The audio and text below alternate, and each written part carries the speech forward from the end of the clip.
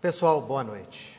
Boa noite a todos que estão aqui presentes conosco no Salão de Estudos do Centro Espírita Vinhas do Senhor, aqui em Pouso Alegre. A você que está nos acompanhando aí de casa, através do Facebook, através do YouTube. Nesta que é a última palestra, o último estudo do ano, e como é de costume nosso, nós reservamos essa última palestra, esse último estudo para falar a respeito do Natal, para falar a respeito de Jesus de Nazaré, como que a doutrina espírita enxerga esse homem, enxerga essa missão. Fechemos os olhos e rapidamente possamos nos colocar num estado mais aprimorado, um estado de maior pacificação interior, buscando sentir a tranquilidade desse local, as energias positivas que nossos irmãos amorosamente nos ofertam. Que nessa noite, Pai, possamos compreender um pouco mais acerca da missão fantástica desse ser que há mais de 2000 anos aqui esteve, no intuito único de nos dar o caminho rumo à felicidade maior. Que nessa noite possamos fazer com que o Cristo possa realmente nascer nos nossos corações e que essas lições possam se fazer presentes não somente na nossa cabeça, mas principalmente em nosso coração, para que daqui saiamos renovados, homens, mulheres, com um pensamento único, no processo de redenção espiritual, fazer de nós alguém melhor. Que assim seja.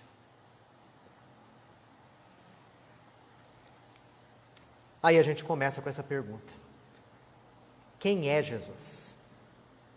Reparem bem que a gente não colocou aqui o verbo no passado. Quem foi Jesus? Mas sim quem é. Quem é porque ele continua vivo. Vivo e atuante. O que esse indivíduo fez? O que ele representou para nós? Tamanha a força do seu exemplo, da sua palavra, da sua conduta quando esteve aqui conosco, a ponto de o seu nascimento dividir a história do mundo em antes dele e depois dele. Quem é essa pessoa que é personagem da maioria dos livros escritos nesse planeta? Se a gente for pegar quem é o personagem sobre o qual escreveram mais livros, esse personagem é Jesus de Nazaré. O que a doutrina espírita tem a nos dizer a respeito dele? Já que o que nós sabemos muito vem das religiões tradicionais, e fomos desde pequenos embalados em inúmeras histórias a respeito da vida dele, do nascimento dele, de quem ele era, do que veio fazer aqui. A doutrina espírita nos traz uma visão um pouquinho diferente a respeito de Jesus e a respeito do Natal. Ele existiu mesmo? Essa pergunta que a gente faz aqui cabe, porque ainda nos dias de hoje existem muitos indivíduos que acreditam que Jesus não existiu. Porque as referências históricas a respeito dele são muito escassas.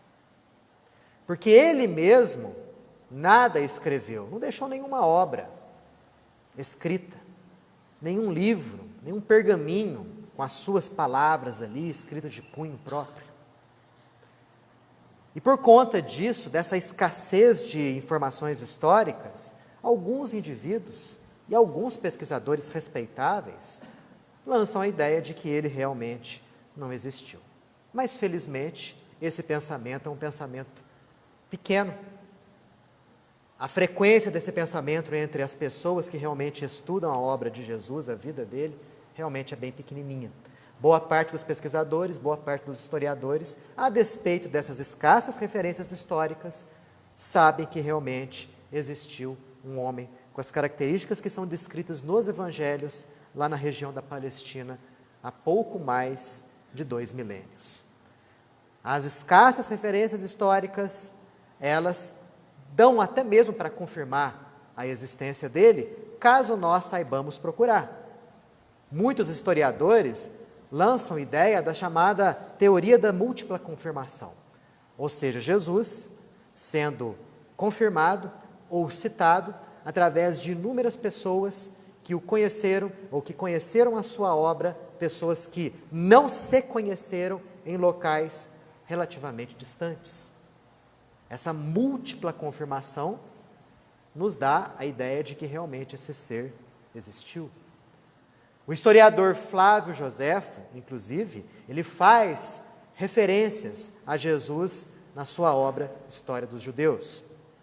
As perseguições aos cristãos em Roma, no Coliseu, onde muitos, inúmeros foram sacrificados, foram assassinados, é uma prova da existência dele. E ainda em Roma, na época do imperador Diocleciano, alguns indivíduos considerados como descendentes de Jesus foram chamados à presença do imperador e ele fez inúmeras perguntas para eles a respeito de Jesus, a respeito da missão dele, se ele realmente era rei e que história era essa do reino de Jesus, ao passo que esses que eram considerados como sobrinhos ou sobrinhos netos de Jesus confirmaram toda essa história. Infelizmente não foram mortos, não foram sacrificados por esse imperador romano. E mais do que isso, existe um argumento filosófico. Peguemos aquilo que Jesus nos ensina, aquilo que consta nos evangelhos. Seria inadmissível e muito complicado de aceitar a ideia de que um grupo de pessoas com um pensamento até mesmo atrasado, como eram os judeus daquela época, poderiam conceber uma doutrina fantástica, com uma ética transcendental. Eles, fazendo isso por conta própria, é muito difícil, praticamente impossível. A existência dele se impõe pela força mesmo daquilo que as suas palavras dizem, daquilo que os seus ensinamentos nos trazem, aquilo que consta nos evangelhos. Pois bem, aí entra uma questão um pouco espinhosa, que é a própria questão dos evangelhos. Porque todos nós fomos criados com a ideia de que a Bíblia é infalível, de que tanto o Antigo Testamento quanto o Novo Testamento expressam rigorosamente a palavra de Deus e não tem como questionar. E essa não é a história real, não é a história verdadeira. Nós sabemos que existem inúmeras passagens no Antigo e principalmente no Novo Testamento que nada tem de divinas. Sabemos que há uma diferença entre aquele Jesus que é descrito em várias passagens nos evangelhos do real Jesus, do Jesus histórico. Há muitas passagens atribuídas a ele que, na verdade, são falsas. Muitos ditos atribuídos a ele, que em verdade ele não disse, ou foram deformados. Essa autenticidade dos evangelhos é colocada à prova, sempre que nós nos debruçamos a analisar imparcialmente aquilo que consta nessas obras, nesses livros. E até mesmo os pesquisadores, os historiadores desvinculados de qualquer corrente religiosa, eles são até unânimes em declarar que há passagens ali que são atribuídas a Jesus, há ditos que são atribuídos a ele, que em verdade ele não falou nada daquilo. Situações em que ele não vivenciou e que são colocadas lá como se realmente ele tivesse vivenciado. A história começou logo depois da morte dele, aliás. Depois que Jesus desencarnou na cruz, décadas depois, inúmeras correntes de pensamento cristãos surgiram. E não eram correntes de pensamento que concordavam entre si. O cristianismo nascente não foi um bloco único de pensamentos. Existiam seitas, existiam indivíduos que analisavam os pensamentos de Jesus, analisavam os ensinamentos dele sob pontos de vista diferentes das demais seitas. Podemos citar aqui a seita dos ebionitas. Podemos citar aqui a dos docetas, que inclusive falavam que Jesus não sequer tinha um corpo físico. Temos aqui a seita dos gnósticos, que falavam que Jesus os seus ensinamentos tinham que ter uma interpretação mística. Os gnósticos, por exemplo, falavam muito a respeito, até da reencarnação. Enfim, não houve um bloco único de pensamento cristão logo depois da morte de Jesus, e quando eu falo logo depois, décadas depois. Os primeiros escritos que saíram são atribuídos aos evangelistas, saíram cerca de 20, 30, até 40 anos depois do desencarne dele na cruz. O negócio começou a se estabilizar quando o imperador Constantino declarou que o Império Romano, ele absolutamente não tinha mais nenhuma religião oficial. A partir daquele momento ali, do Édito de Milão, os cristãos passaram a não ser mais perseguidos em Roma. Constantino, aliás, se declarou cristão, sendo o primeiro imperador romano a ter esse tipo de postura. Embora nós saibamos que o negócio não foi bem assim. O imperador Constantino, longe de ser um indivíduo que se fascinou com o cristianismo, teve um pensamento muito político com relação aos ensinamentos do Cristo. O que ele queria mesmo era fazer com que o Império Romano, que já estava em convulsão e prestes a se fragmentar, ficasse cada vez mais unido. E ele estava percebendo como que os cristãos estavam se multiplicando dentro do Império Romano. E teve a ideia, a habilidade política de se declarar cristão, fazendo que com isso o cristianismo fosse como uma linha, um fio de costura para manter o Império Romano íntegro, coeso. Isso foi no ano de 313, depois de Cristo, século IV. No ano de 380, o cristianismo foi declarado como sendo religião oficial do Império Romano. O negócio começou em 313 e teve o ápice ali no ano de 380, ou seja, no século IV. E a partir daquele momento, o cristianismo começou a se mesclar ao poder temporal. E aí que está a grande problemática que dura até os tempos atuais. Porque todos aqueles ditos e ensinamentos e aqueles escritos que eram atribuídos a Jesus, que contavam as centenas, não podiam absolutamente fazer parte daquilo que estava se construindo como uma religião oficial. Não podia. Havia a necessidade da seleção de alguns textos que abordassem o pensamento de Jesus mais de acordo com os dogmas que estavam sendo criados. E, infelizmente, foi isso que aconteceu. De todos os inúmeros escritos atribuídos aos discípulos de Jesus, aos seguidores desses discípulos, somente 4 foram considerados verdadeiros, que são os evangelhos de Mateus, Marcos, Lucas e João. Todos os demais foram considerados falsos, apócrifos. Existe, por exemplo, o evangelho de Tomé. Já ouviram falar? Evangelho de Tomé. Mas é considerado falso. Foi descoberto no ano de 1945 em Nag Hammadi. Existe também o evangelho de Maria Madalena. Existe o evangelho de Judas. Enfim, vários escritos que eram atribuídos aos seguidores de Jesus ou aos continuadores desses seguidores, mas que a religião oficial que estava nascendo não poderiam de forma alguma considerar como sendo verdadeiros. E por quê?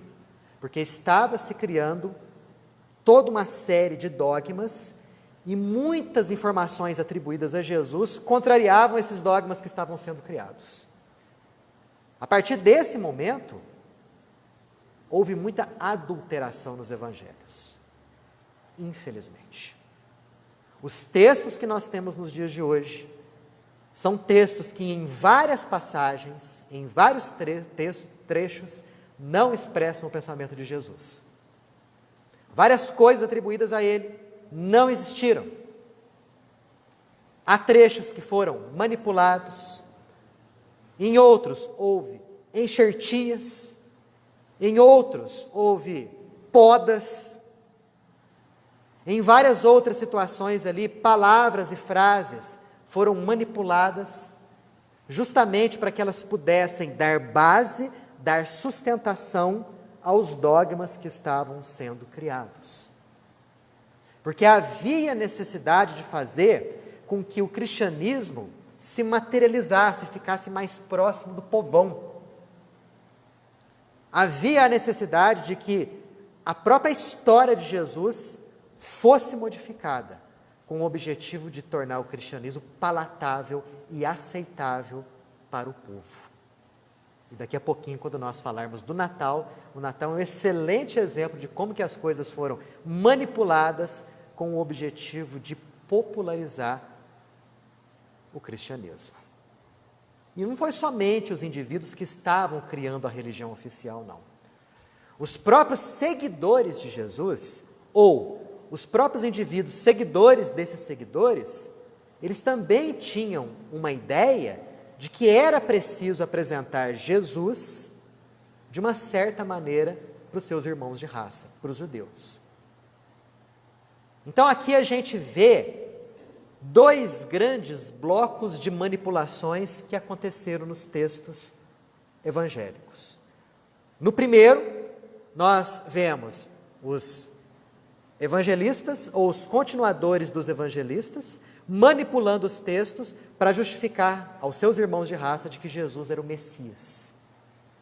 E o segundo bloco, a gente vê um pouco mais adiante, aqueles indivíduos que estavam criando uma religião oficial do Império Romano, e que tinham que manipular os textos a fim de fazer com que o cristianismo ficasse mais popular para o povão. Por aí a gente tem uma ideia do quanto que as coisas foram modificadas. E dá medo de pensar que a gente, ao abrir os evangelhos hoje, pode estar lendo trechos e passagens francamente falsas. Francamente falsas. E isso já faz quase 2 milênios que estamos nessa. Bom, há então passagens, no mínimo contestáveis, que são atribuídas aos redatores do Evangelho. Por exemplo, o que nos foi ensinado? Onde que Jesus nasceu? Hein, gente? Belém. Isso nos foi ensinado. Que José e Maria tiveram que se deslocar de Nazaré, onde moravam, para Belém, por conta de um censo que o Império Romano estava fazendo. Maria estava em estado adiantado de gravidez, e lá em Belém deu à luz a Jesus de Nazaré, e depois voltaram para Nazaré. A história é falsa. Isso realmente não aconteceu. Essa profecia, o profeta Miqueias falava que o Messias nasceria em Belém, em Efrata. Naquela época, Belém se chamava Efrata. Os continuadores da ideia de Jesus, os seus apóstolos, ou aqueles que seguiram os apóstolos, tinham a firme convicção de que Jesus era o Messias. Ele, Jesus, era chamado de Jesus de Nazaré.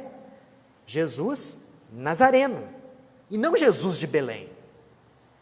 Houve então a necessidade de inventar esse censo, esse fato de que houve um recenseamento no Império Romano e, por conta disso, José e Maria tiveram que se deslocar de Nazaré até Belém, e lá em Belém Jesus nasceu.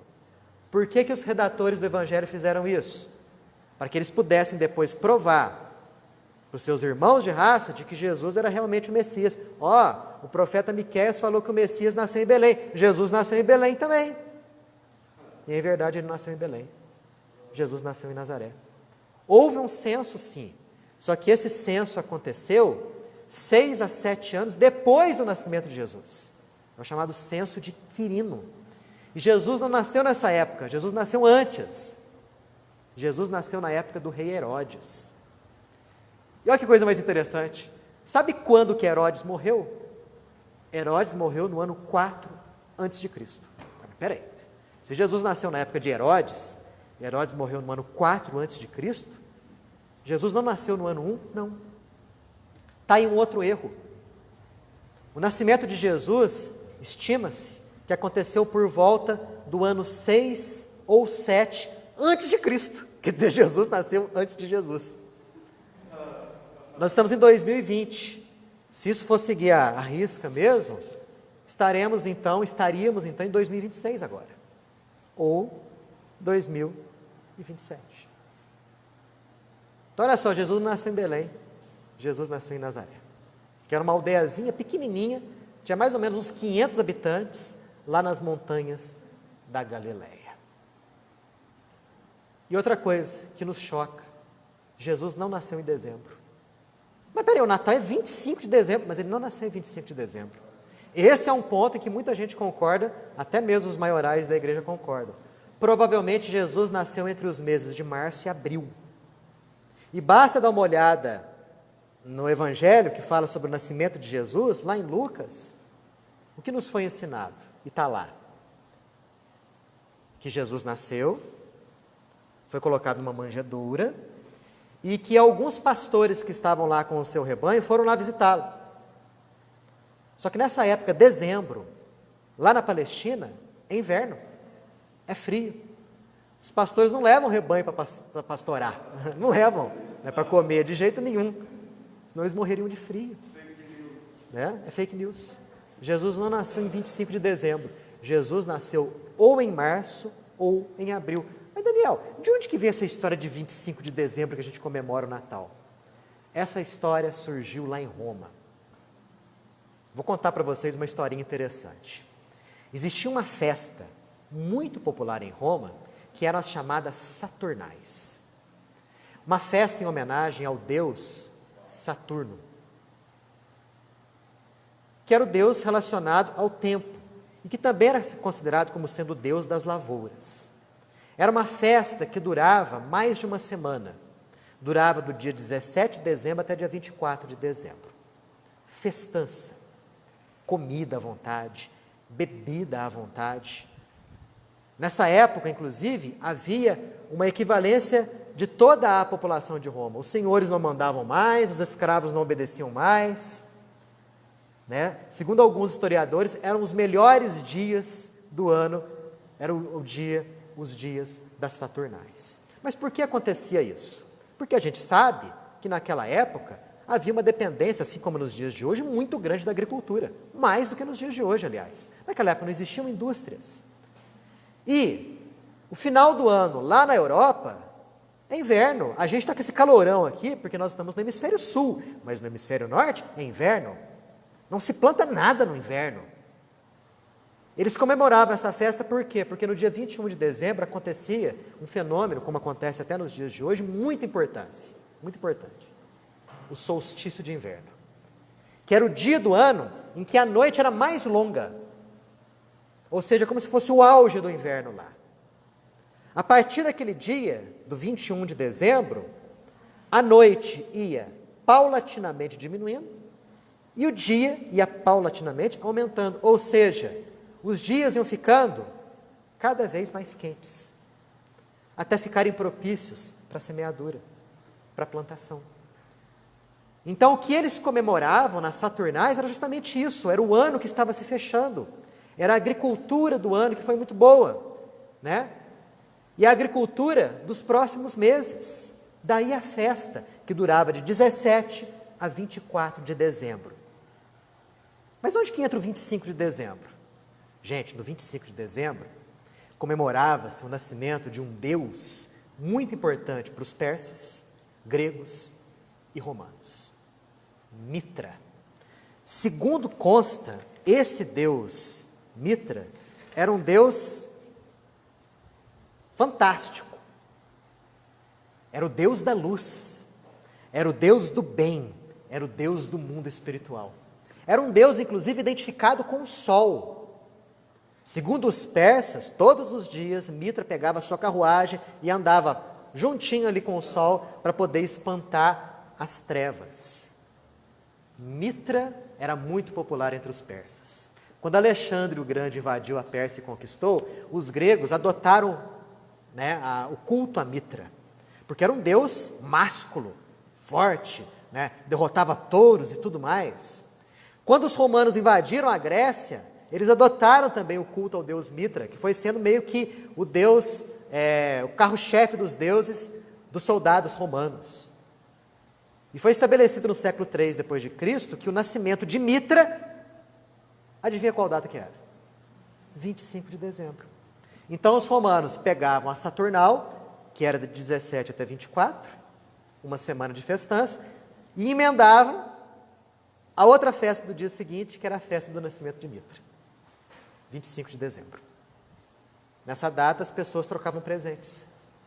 Um vizinho na casa do outro, um parente na casa do outro, levavam pequenas figurinhas, pequenas imagens de terracota. Era comum essa troca de presentes.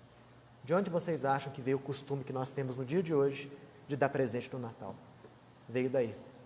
De onde vocês acham que veio o costume de até nos dias de hoje, na época do Natal, nós temos as comidas, nós temos as bebidas? Veio da Saturnal. Por quê? Porque quando o cristianismo se tornou religião oficial do Império Romano, todas essas festas, que eram festas pagãs, tiveram que ser abolidas. Mas aqueles que estavam criando a religião oficial do Império Romano, eles tinham que fazer com que o negócio não ficasse muito chocante para o povo. Tanto que eles, ao invés de combater o paganismo, eles adotaram o paganismo. Ao invés dos templos aos deuses, os templos foram purificados e viraram igrejas.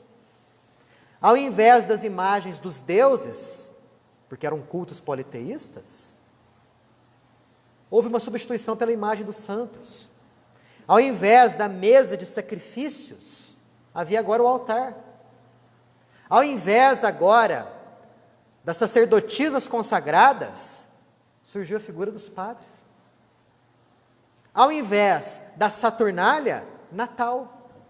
Então eles começaram a falar para o povo o seguinte: olha, agora, a partir de agora, não vai ter mais comemoração do nascimento de Mitra. Não é possível, eu gostava tanto da festa. Não, mas a festa vai continuar. Só que ao invés de você comemorar o nascimento de Mitra, você vai comemorar o nascimento de Jesus. Vai ter festa do mesmo jeito? Vai. Vai ter festança do mesmo jeito? Vai. Vai ter leitor? Vai. O Raul Teixeira conta para a gente que nessa época das Saturnais em Roma, vomitórios eram instalados em Roma. Eu adoro contar essa história, porque é muito parecido com os dias de hoje.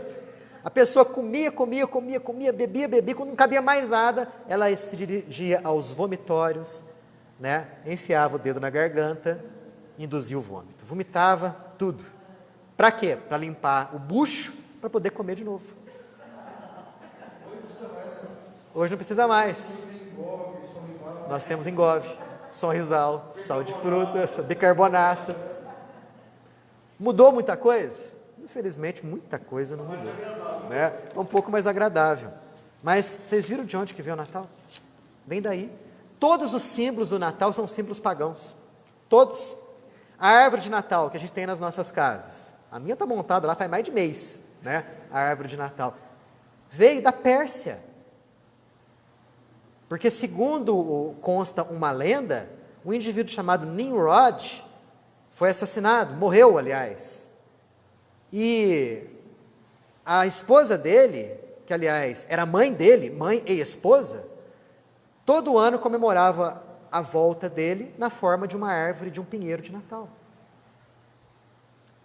Em Roma, era costume pegar os pinheiros e enfeitar com cerejas pretas, que são as bolas coloridas que a gente usa nos dias de hoje.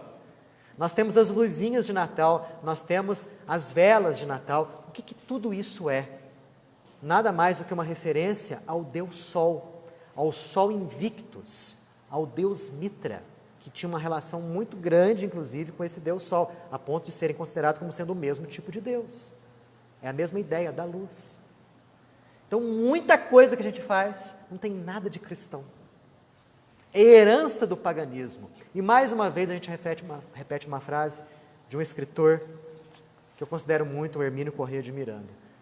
O cristianismo não acabou com o paganismo, adotou o paganismo. Nessa mescla toda, criaram-se as religiões tradicionais. Viram de onde que veio o Natal? Vem daí. Ou seja, Jesus não nasceu em Belém, Jesus não nasceu em 25 de dezembro, Jesus não era da casa de Davi. Por quê? Aquela profecia de Miqueias falava o seguinte, que o Messias tinha que nascer em Belém, da casa de Davi. Então, fizeram todo um acompanhamento tortuoso dos textos, a fim de que apresentassem José, pai de Jesus, como sendo da família de Davi. E, em verdade, isso nunca aconteceu. Ele não era da família de Davi. Não era da descendência de Davi. Aliás, é muito interessante, né? Depois de quererem provar que José era descendente de Davi, falam que Jesus não era filho de José. Que o nascimento dele, né, foi virginal. Que não houve coabitação entre Maria e José. Está vendo? Como que analisando a gente observa as inúmeras contradições existentes. Uma outra, que a gente aprendeu muito. A família de Jesus teve que fugir para o Egito, para depois, quando as coisas, né, melhoraram, voltar para Nazaré. Muitos falam que isso não aconteceu, foi mentira. Por quê? Mais uma vez, existia uma profecia antiga de Oséias, que falava o seguinte: do Egito chamei meu filho. Aí aqueles que estavam tentando convencer os judeus de que Jesus era o Messias, tiveram que bolar uma maneira de fazer com que a família de Jesus fugisse para o Egito. Aí surgiu a história da matança dos inocentes, que muitos falam que não aconteceu. Por quê? Tiveram que fazer um jeito de Jesus fugir para o Egito, para depois de um certo tempo, de lá voltar. Ah, tá vendo? Jesus foi para o Egito, mas teve que voltar. Está aqui, ele é o Messias mesmo. Está escrito em Oséias: do Egito chamei meu filho. Uma passagem que, francamente, não aconteceu. Assim como também a falsa ideia de que Jesus é Deus. Essa ideia só veio a se tornar como pensamento dominante no século IV depois de Cristo, no famoso concílio de Nicéia, no ano de 325 depois de Cristo, por votação, e ganhou por margem apertada de votos. E essa ideia de que Jesus era Deus já havia sido inclusive rejeitada em 2 concílios anteriores. A coisa aconteceu mais ou menos a seguinte: surgiu primeiro o pensamento de que Jesus simplesmente era um ser inspirado por Deus.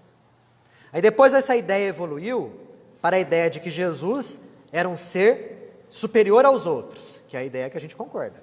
Até aí tudo bem. Depois essa ideia evoluiu para a ideia de que Jesus era um ser superior aos anjos. Vá lá. Se a gente considerar os anjos como seres bem evoluídos, Jesus pode ser realmente considerado como um ser tão ou mais evoluído que eles. Mas depois vieram a ideia de que Jesus era uma emanação temporal de Deus, para finalmente culminarem com a ideia de que Jesus era Deus. E, gente, só existe uma frase nos evangelhos, só uma, que dá a entender que Jesus e Deus são a mesma coisa. Vocês sabem qual que é? Qual que é mesmo? Eu e o Pai somos um. Quando falam que Jesus é Deus, eles só falam dessa frase: eu e o Pai somos um. Não tem sentido isso. Porque para eu falar eu e o Pai somos um, eu tenho que ser eu e o Pai tem que ser ele. E Jesus nunca falou o seguinte: eu sou Deus, mas fala eu e o Pai somos um. Assim como um pouco mais à frente, ele fala o seguinte, rogando a Deus, que Deus fizesse com que os seus discípulos se tornassem um com ele e com Deus. A ideia do eu e o Pai somos um, não significa necessariamente que são a mesma pessoa, mas que o pensamento de Jesus, que a vontade de Jesus, era o mesmo pensamento de Deus, era a mesma vontade de Deus. Jesus sempre se colocou como inferior a Deus, sempre. Basta olhar inúmeras passagens dos evangelhos. Jesus se considerava menor do que Deus. O Pai é maior do que eu. Jesus se considerava como um indivíduo que estava vindo ali cumprir ordens. Não venho por mim próprio, mas sim obedecendo à vontade de meu Pai, que está nos céus. Jesus se colocava como aquele indivíduo que ignorava alguma coisa que o Pai sabia. Um exemplo a respeito da segunda vinda. Nem ele sabia, nem os anjos do céu, somente o Pai. Quer dizer, poxa, se Jesus e Deus são o mesmo ser, quer dizer que existe uma parte de Deus que sabe e a outra que não sabe? Uma parte que manda e outra que obedece? Uma parte que é maior e outra parte que é menor? Tem lógica isso? Não tem a mínima lógica. Nossa, Daniel, mas por que quiseram colocar Jesus como sendo Deus? Para facilitar a propagação do cristianismo. Por quê? Nas religiões pagãs, todas elas eram fundadas e encabeçadas por deuses. Imagina só uma religião como o cristianismo, que foi fundada por um indivíduo que não era Deus, que era um ser humano, um homem. Religião fraca, né?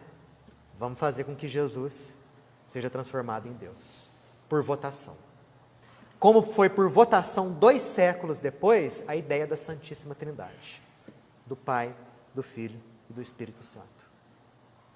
Tiveram que, inclusive, fazer tortura nos textos evangélicos.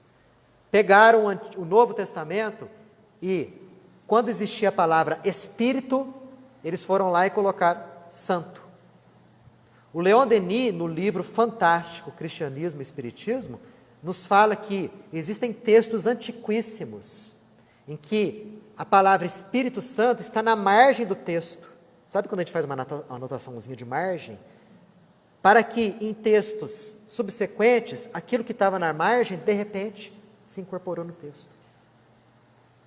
Foi tudo manipulado, com esse objetivo de nos dar a ideia de que Jesus é Deus e que Deus, na verdade, é 3. E por que isso? Porque no paganismo existem as trindades. No Egito nós temos Ísis, Osíris e Horus. Na Índia nós temos Brahma, Vishnu e Shiva. Lá, entre os nórdicos, Thor, Odin e Riga. Quer dizer, nas religiões pagãs, existiam 3 deuses. Para que a minha religião seja forte, ela tem que ter 3 deuses também. Por isso que inventaram a questão da trindade. Então, Jesus não é Deus. E não existe trindade. Assim como a história da virgindade de Maria, também é notoriamente falsa. Veio de uma mudança de um texto de Isaías. Em Isaías capítulo 7, versículo 14, fala o seguinte: E eis que a jovem concebeu, e dará à luz a um filho, e por-lhe-á o nome Emanuel, que significa Deus conosco. Aí eles acham que essa passagem aqui se refere a Jesus. Primeiro que é constrangedor falar, né? Aqui não está escrito Jesus, está escrito Emanuel. Então não é a mesma pessoa. E segundo, eis que a jovem concebeu. No texto hebraico original, a palavra é jovem. Mas quando o texto hebraico foi traduzido para o grego, jovem foi alterado para virgem. E isso se perpetuou até nos dias de hoje. As palavras são até parecidas. Ó, jovem em hebraico é alma. E virgem é betulá. Então, como são palavras muito próximas, quando traduziram do hebraico para o grego, traduziram errado. E veio com essa ideia de que Maria não conheceu sexualmente José e, portanto, engravidou de Jesus de Nazaré sem necessidade de uma relação sexual. O que, se você analisar os textos evangélicos, não existe absolutamente nenhuma passagem que sequer dá a entender isso. Mas isso foi bom. Foi bom para aqueles que estavam criando a religião tradicional, vinculada ao Império Romano. Por quê? Porque os deuses das religiões antigas também eram nascidos de virgens. O próprio Mitra, na história de Mitra, existe o fato ali de que ele veio ao mundo através de uma virgem. E é claro, os seres especiais têm que nascer de um jeito diferente. Então bolaram um jeito de que Jesus nasceu sem necessidade de uma relação sexual entre José e Maria. Como que ele nasceu, gente? Do mesmo jeito que vocês nasceram. Do mesmo jeito que eu nasci. Isso em nada diminui a grandeza do Mestre. Diminui em quê? Sendo que a relação sexual foi criada por Deus, a fim de perpetuar a raça humana aqui na Terra. Entre os animais também. Cadê o erro aí? Cadê a sujeira aí? Por que Maria se rebaixaria se nós a considerarmos como não virgem. Por quê? Será que a pureza de uma pessoa está nisso ou está na conduta dela? Na espiritualidade dela? Maria e José não ficaram só em Jesus, não. Tiveram mais filhos. E nesse ponto, os evangelhos são até pródigos em informações. Até anotei aqui, ó, em Mateus 13, 55 e 56. O pessoal de Nazaré comentando sobre o jovem que estava pregando na sinagoga, Jesus. Mas esse aí que é o filho do carpinteiro? A sua mãe Maria? Seus irmãos não estão aqui entre nós? E até cita o nome dos irmãos de Jesus. Tiago, José, Simão e Judas. Suas irmãs também não moram aqui conosco? Não estão entre nós? Quer dizer, Jesus teve no mínimo mais 6 irmãos. No mínimo mais 6 irmãos. Ah, mas são primos, porque era muito comum naquela época tal, chamar os primos também de irmãos. Não há nada nos textos evangélicos que sequer dê a entender isso. Isso só foi inventado quando começaram a inventar o culto a Maria de Nazaré. Jesus teve no mínimo mais 6 irmãos.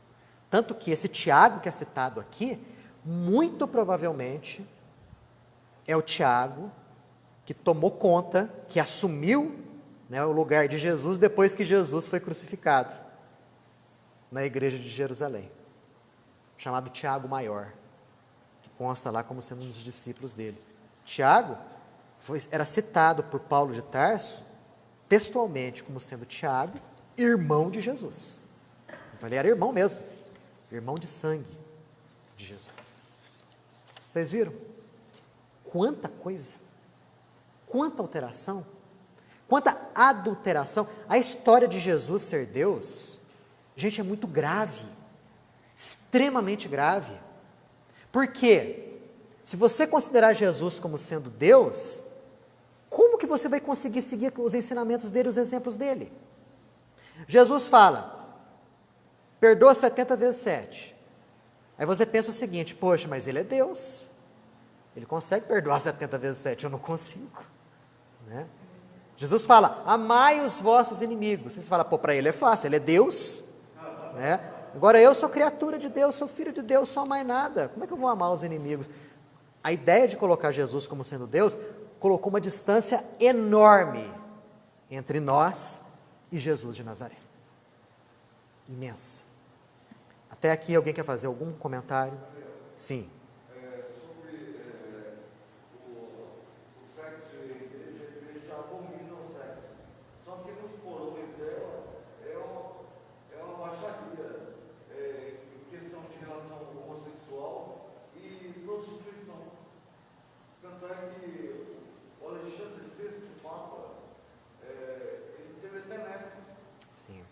Assim, não vamos colocar a igreja no todo como assim, mas nós vamos colocar que realmente existiram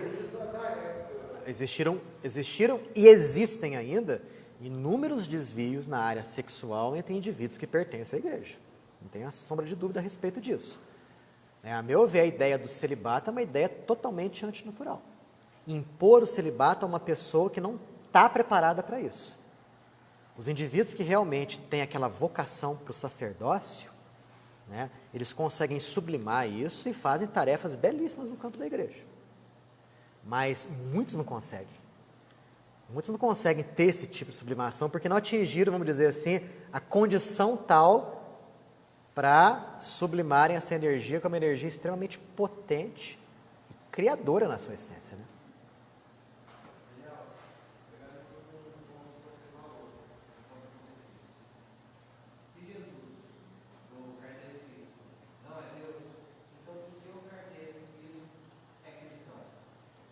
O que você considera como sendo cristão? Pois é. Essa é a ideia que nos foi passada. Você somente pode ser considerado cristão se você considerar Jesus como sendo Deus. Como sendo Deus. E o que Jesus diz a respeito disso? Quando questionado, né, pelos discípulos, né, se havia algum sinal tal pelo qual eles poderiam ser reconhecidos, o que Jesus fala? Nisso sereis conhecidos que são os meus discípulos, se vos amais uns aos outros. Então, para você ser considerado cristão, o que você tem que fazer? Amar a Deus sobre todas as coisas, e ao próximo como a ti mesmo. Isso configura o cristão.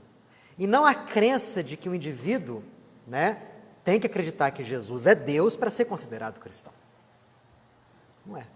Está vendo como que foi colocado muita coisa na nossa cabeça como sendo verdade inquestionável e absoluta, e nós não questionamos? Já que você falou em espiritismo, qual que é a ideia que a doutrina espírita tem a respeito de Jesus? Nós sabemos que Jesus não é Deus. Se ele não é Deus, ele é quem? Filho de Deus.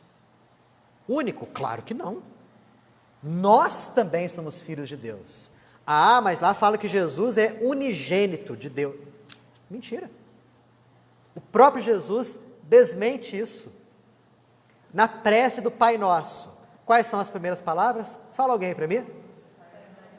Pai Nosso, que estais nos céus. Ele não fala Pai meu, que está no céu. Ele fala Pai Nosso, que estais nos céus. Ou seja, Deus é Pai de todo mundo. Se Ele é Pai de Jesus, Jesus é filho dele. E se Ele é Pai nosso, nós também somos filhos de Deus. Portanto, somos o que de Jesus? Somos irmãos. Somos irmãos dele. Mas existe a diferença. Qual que é a diferença, então, de Jesus para nós? Evolutiva. A diferença é evolutiva.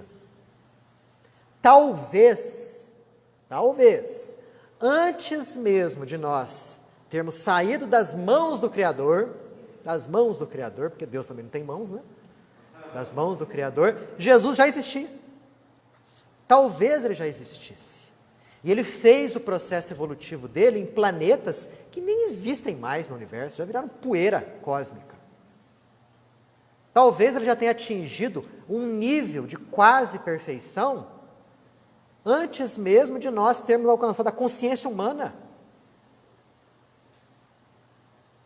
Passou por tudo que nós passamos agora. Você tem defeitos? Jesus, quando estava fazendo o processo evolutivo dele, também tinha. Você tem vícios? Jesus, quando estava fazendo o processo evolutivo dele, há bilhões de anos, também tinha. Claro. Porque Deus não privilegia ninguém. Deus cria todos simples e ignorantes. E Ele criou esse ser que nós conhecemos sob o nome de Jesus, criou há bilhões de anos, simples e ignorante. Ele fez o processo evolutivo dele da mesma forma que nós estamos fazendo o nosso processo evolutivo atual. Da mesma maneira, reencarnando, acertando, errando,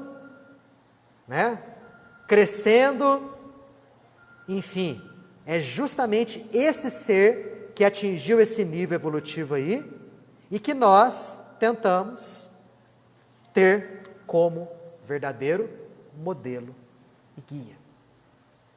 Ele, aliás, foi quem construiu o planeta Terra. Se nós formos pegar lá no Evangelho de João, lá no comecinho, lá fala que o mundo foi feito por intermédio dele. Então, olha só, olha o gabarito dele. Quando a Terra saiu do seio do Sol, há 4,6 bilhões de anos atrás, quem formou a Terra foi Jesus. Ele sozinho? Não, tinha muita gente ajudando ele, muita gente com um nível evolutivo inferior a ele, mas foi ele que moldou a nossa Terra. 4,6 bilhões, o que tu era 4,6 bilhões de anos atrás? Que nós éramos uma ameba, uma mônada, que a gente era. Ele já era um indivíduo construtor de planetas. Viram a vertigem? Da vertigem? A distância entre nós e ele? Muito. E ele esteve aqui há mais de 2.000 anos, não para fundar uma religião. Está aí uma outra coisa que nos colocaram na cabeça e que nós considerávamos como sendo verdade absoluta. Jesus veio fundar o cristianismo, uma religião. E não fundou religião nenhuma. Porque ele veio nos dar um manual de conduta, vamos dizer assim, de como deveríamos proceder perante Deus, perante o próximo, perante nós mesmos, a fim de atingirmos a perfeição espiritual. Um esquema de conduta que você pode seguir, aliás, em qualquer religião que você esteja. Kardec é bem claro nesse aspecto, quando ele fala que o Evangelho é a árvore sob a qual todas as religiões podem se reunir. A árvore, ele fala bandeira, né? É a bandeira sob a qual todas as religiões podem se reunir. Ele não fundou religião nenhuma. Aqueles que vieram muito depois dele, com o objetivo de poder temporal, se utilizaram de Jesus para fundar uma religião, objetivando dominar as massas. E estão fazendo isso até nos dias de hoje. Mas ele mesmo, não. Ele não fundou dogma nenhum. Ele não estabeleceu cerimoniais, nada. Roupagens específicas, seres consagrados. Onde você vê isso nos ensinamentos dele? Em nenhuma parte, em nenhum local. O que ele fala ali é como o indivíduo deve proceder no seu dia a dia. E os ensinamentos dele são de fantástica simplicidade. Simplicidade. Aliás, o pensamento dele, ele pode ser resumido em 2 grandes grupos. O pensamento de Jesus girava em torno de 2 grandes blocos ali. O reino de Deus e o amor. Jesus sempre falava do reino de Deus. Sempre quando tinha oportunidade. O reino de Deus era o objetivo a ser atingido. Era aquilo que nós devemos fazer aqui, todos os nossos sacrifícios, todas as nossas renúncias, todas as nossas forças, elas devem ser despendidas no intuito de atingirmos aquilo que Jesus chamava de o reino de Deus. Só que entenderam tudo errado a respeito do reino de Deus. Até hoje continuam entendendo tudo errado. O que é o reino de Deus? Reino de Deus é um estado de espírito. Reino de Deus é um estado interior. É um estado que é resultante da nossa integração aos ensinamentos de Deus, às leis de Deus. Então, o reino de Deus, ele não é uma instituição político-social. O reino de Deus não é um acontecimento. O reino de Deus não vem com aspecto observável. O reino de Deus não vai vir de uma ação externa, como muita gente espera. Vai chegar o momento que Jesus vai vir, com uma legião de anjos, no meio de um tanto de nuvens, e vai julgar todo mundo. Todo mundo espera comodamente esse reino de Deus. Não vai acontecer. Ele não é um regime imposto de fora para dentro. Esqueçam essa ideia. E Jesus foi muito claro nisso. Seus discípulos perguntando, e o reino, quando que vai vir? Que jeito que ele é? O que Jesus respondia em Lucas 17, 21? Não se poderá dizer, ei-lo aqui, ei-lo ali, pois o reino de Deus está dentro de vós. Querem coisa mais clara do que essa? Onde que Jesus está falando aqui que ele vai impor o negócio à força? Não, nunca. O que ele fala é que o reino já existe e que está dentro da gente. Então não é uma instituição, não é uma religião, não é algo que vai surgir do nada, assim, algo apocalíptico, né? Algo de Hollywood, tal, com raios e trovões e luzes. Esqueçam isso. Tipo Steven Spielberg, esqueçam. Não vai ser assim. Aliás, talvez os discípulos de Jesus tenham pensado isso. Porque quando eles estavam começando a pregar para os seus irmãos de raça depois da morte de Jesus, né, eles falavam, vai acontecer. Jesus está vindo, ele está voltando. E nada dele voltar. E não voltou até hoje. E a gente está aí esperando ele voltar para estabelecer a força de decreto, um reino de Deus aqui na terra. Não vai rolar. Não vai ser assim. É um estado interior. Mas Daniel, como é que a gente faz para atingir esse estado interior? Qual que é a segunda tônica do pensamento de Jesus? O amor. O amor seria o caminho para nós atingirmos esse estado interior que ele chamava de reino de Deus. E o que é o amor? Muitos de nós, quando ouvimos a palavra amor, logo pensamos em sexo. Né? O amor eros. Na verdade, não é amor eros, é o amor ágape. Os gregos eram muito sábios, né? Os gregos tinham 3 palavras para amor. Eros, que é o amor, vamos dizer assim, sexual. Philos, que é o amor de amigos. E ágape, que é aquele amor transcendental. O amor que era distribuído para todos, que é o amor de Deus para conosco. E Jesus nos apresentou Deus de uma maneira tão bonita, tão amorosa. Deus já não é aquele Deus mais do Antigo Testamento, não é aquele Deus rancoroso, não é aquele Deus exigente, não é aquele Deus que castiga, que dá privilégios. Deus é chamado de Pai, que é justo, mas que é misericordioso, que nos dá inúmeras chances de levantarmos das nossas quedas e crescermos. Jesus nos apresenta esse Deus que deita os raios do sol sobre bons e justos e a chuva sobre os ignorantes e os sábios.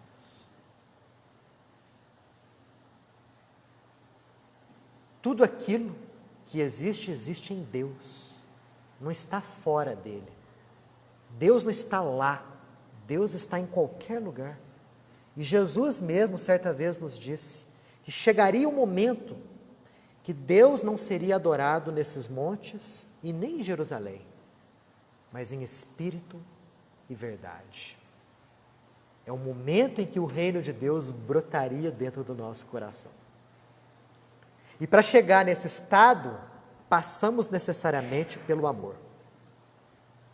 O amor a Deus sobre todas as coisas e ao próximo como a si mesmo. Passa pela regra de ouro.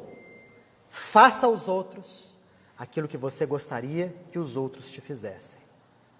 É como se fosse uma transcendência do egoísmo. O amor próprio que nós temos é tão grande que se você dispensar esse amor para o outro, você vai estar doando ao máximo.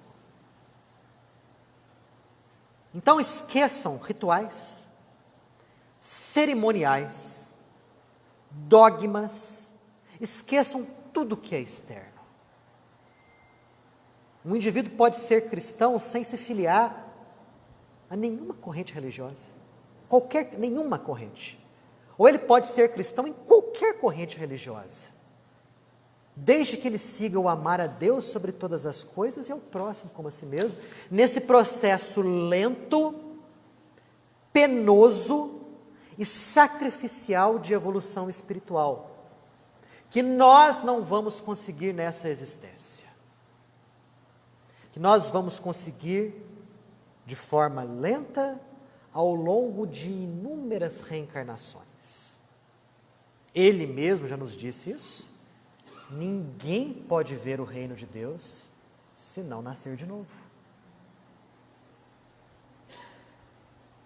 E muitos querem fazer isso parecer fácil, né? Basta você aceitar Jesus como Senhor, pagar o dízimo ou seguir os rituais, que você já tem um lugar garantido lá nos céus. Não é à toa que Jesus ainda é um imenso desconhecido para muitos que se dizem cristãos. Porque eles acham que Jesus é somente isso daí, um fiador entre você e Deus. Que o sangue dele já lavou os seus pecados. Basta você reconhecer que ele é o Senhor. Pronto. Não interessa o que você fez antes, o que você faz agora. Você reconhece que Ele é o Salvador, que o sangue dele na cruz lavou os teus pecados. Mentira, Ele nunca falou isso. Nunca, é cômodo. Isso daí faz com que o indivíduo não se conheça. Faz com que o indivíduo não combata suas más tendências. Faz com que o indivíduo se torne um hipócrita. Um hipócrita. Tendo uma religião de fachada e uma conduta oposta. Não foi isso que Ele queria da gente, não é isso que Ele quer da gente. Jesus, quando falava do perdão, Ele estava falando de santificação. Quando Ele falava de amar os inimigos, Ele estava falando disso. Quando Ele falava do desapego aos bens materiais, Ele estava falando disso. Então, todos aqueles ensinamentos que Ele nos passou, são regras, são normas de conduta, para você trilhar e atingir o chamado reino de Deus. Aí sim, imagine uma sociedade cuja realidade interior seja esse reino de Deus. Como que vai ser a sociedade lá fora? Vamos fazer um exercício de imaginação? Imagine uma cidade de 100 mil habitantes. Imagine que por um passe de mágica, de repente, todos os 100 mil habitantes dessa cidade, de repente, fizessem brotar o reino de Deus dentro de si. Pergunto a vocês, nessa cidade, a partir daquele momento, vão existir assaltos? Agressões? Violência de qualquer tipo? Estupro? Adultério? Aborto? Vai ter? Não vai ter. Vão existir indivíduos que mexem com droga nessa cidade? Não, para quê? Ele já atingiu o reino de Deus dentro de si. Já tem aquele estado de plenitude, de total integração com o Criador. Para que ele vai usar uma substância? Para ter uma felicidade transitória, artificial e que gera malefício? Para quê? Você iria ter medo de sair à noite nessa cidade? Você precisaria trancar a porta da sua casa nessa cidade? Teria que colocar grades, cerca elétrica, alarme. Para quê? Se nessa cidade os 100 mil habitantes são seres cristificados. Uma cidade dessas, vai ter necessidade de polícia? Não vai ter bandido? Para que polícia? O que vai acontecer com a penitenciária dessa cidade?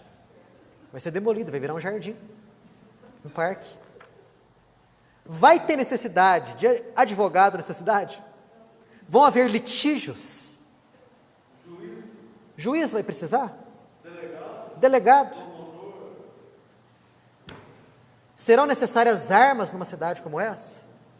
Não. Essa cidade será um paraíso. Mas por que essa cidade é um paraíso exterior? Porque cada um dos 100 mil habitantes dessa cidade construiu um paraíso interior. Quando Jesus falava que o reino de Deus está dentro de vós, ele estava vislumbrando uma situação que não é utópica. É uma situação que vai acontecer, que vai chegar, que não é dos dias de hoje, óbvio que não, mas que vai se estabelecer lentamente a partir do instante em que cada indivíduo encarnado e desencarnado desse planeta cria as condições necessárias para fazer com que o estado crístico nasça no seu interior. Eu ia falar que essa cidade ia ficar no deserto, porque eles não iam ficar lá, eles iam trabalhar. Vamos extrapolar então essa cidade de 100 mil habitantes para o planeta inteiro. É o verdadeiro paraíso na Terra. Já imaginaram que alegria? Que felicidade? Sabe, uma cidade como essa, de 100 mil habitantes, iriam existir moradores de rua? Alguém ia passar fome? Passar frio? Passar sede? É as duas asas, da sabedoria. As duas asas. Do amor, que é do amor, a reunião de todos os exato, do amor e da sabedoria. Uma coisa que a gente consegue fazer um exercício de imaginação, né? Vislumbrar um negócio desse, mas ainda não é a nossa realidade, né? Por isso que a gente consegue pintar tão bem um umbral, acordar. Quando se fala em Natal, Daniel, você falou tanta coisa de Natal, colocou um balde de água fria, né? Pagão, e mitra, e vomitório. Poxa, mas eu gosto tanto do Natal. Continue a gostar do Natal, gente. Uma época tão gostosa, uma época tão boa, uma época que você reúne com seus familiares, em que as crianças ficam felizes em ganhar os presentes. Vamos ter a ceia? Vamos ter a ceia. Vamos comer moderadamente? Sim, claro. Não precisamos utilizar dos vomitórios na nossa casa, do sal de fruta, não. Obedeçamos a nossa natureza. A nossa natureza já traça os limites necessários. Quando a gente extrapola o limite, vem a doença. Mas acima disso, acima das reuniões familiares, acima dos presentes, acima da ceia, medite no Cristo. Pense nele.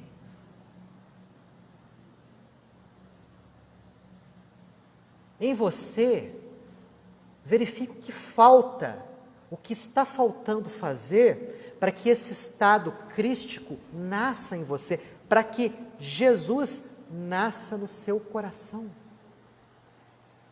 O que nós estamos precisando fazer para nos tornarmos seres mais espiritualizados, pessoas boas, pessoas honestas, pessoas dignas, pessoas fraternas. A força dos ensinamentos de Jesus não dá para a gente quantificar. É que nós sistematicamente bloqueamos isso com o nosso egoísmo, com o nosso orgulho, com essa mentalidade mesquinha que nos atrela a inúmeras reencarnações de dor e sofrimento. Por que não? Já não está na hora de nós tomarmos uma decisão corajosa e combatermos todo esse mal que nós criamos ao longo de inúmeras reencarnações por ignorância e comodismo, e não fazermos com que o Cristo nasça em nós. A ideia que a doutrina espírita, de forma simples e belíssima, passa para nós a respeito do Natal é essa. Eu desejo para você que está aqui, para você que está nos assistindo, um excelente Natal. E que Jesus possa ser sempre visto por nós como o caminho, a verdade, que nos conduzirá à verdadeira vida. Que Deus nos abençoe, que Deus nos ilumine, que Deus proteja teu lar, tua família, tua casa, que Ele seja a fonte de inspiração para a tua conduta, para o teu sentimento, para o teu pensamento. Que saibamos desenvolver a alegria e a felicidade, por sabermos que nada está perdido, que a perfeição é nosso objetivo e que teremos inúmeras oportunidades para atingi-la. Que o Mestre de Nazaré, que Jesus, nos abençoe hoje, agora e sempre. Que assim seja. Voltaremos nas próximas sextas-feiras, a partir do dia 29 de janeiro. Ok? Bom Natal, bom Ano Novo para todo mundo.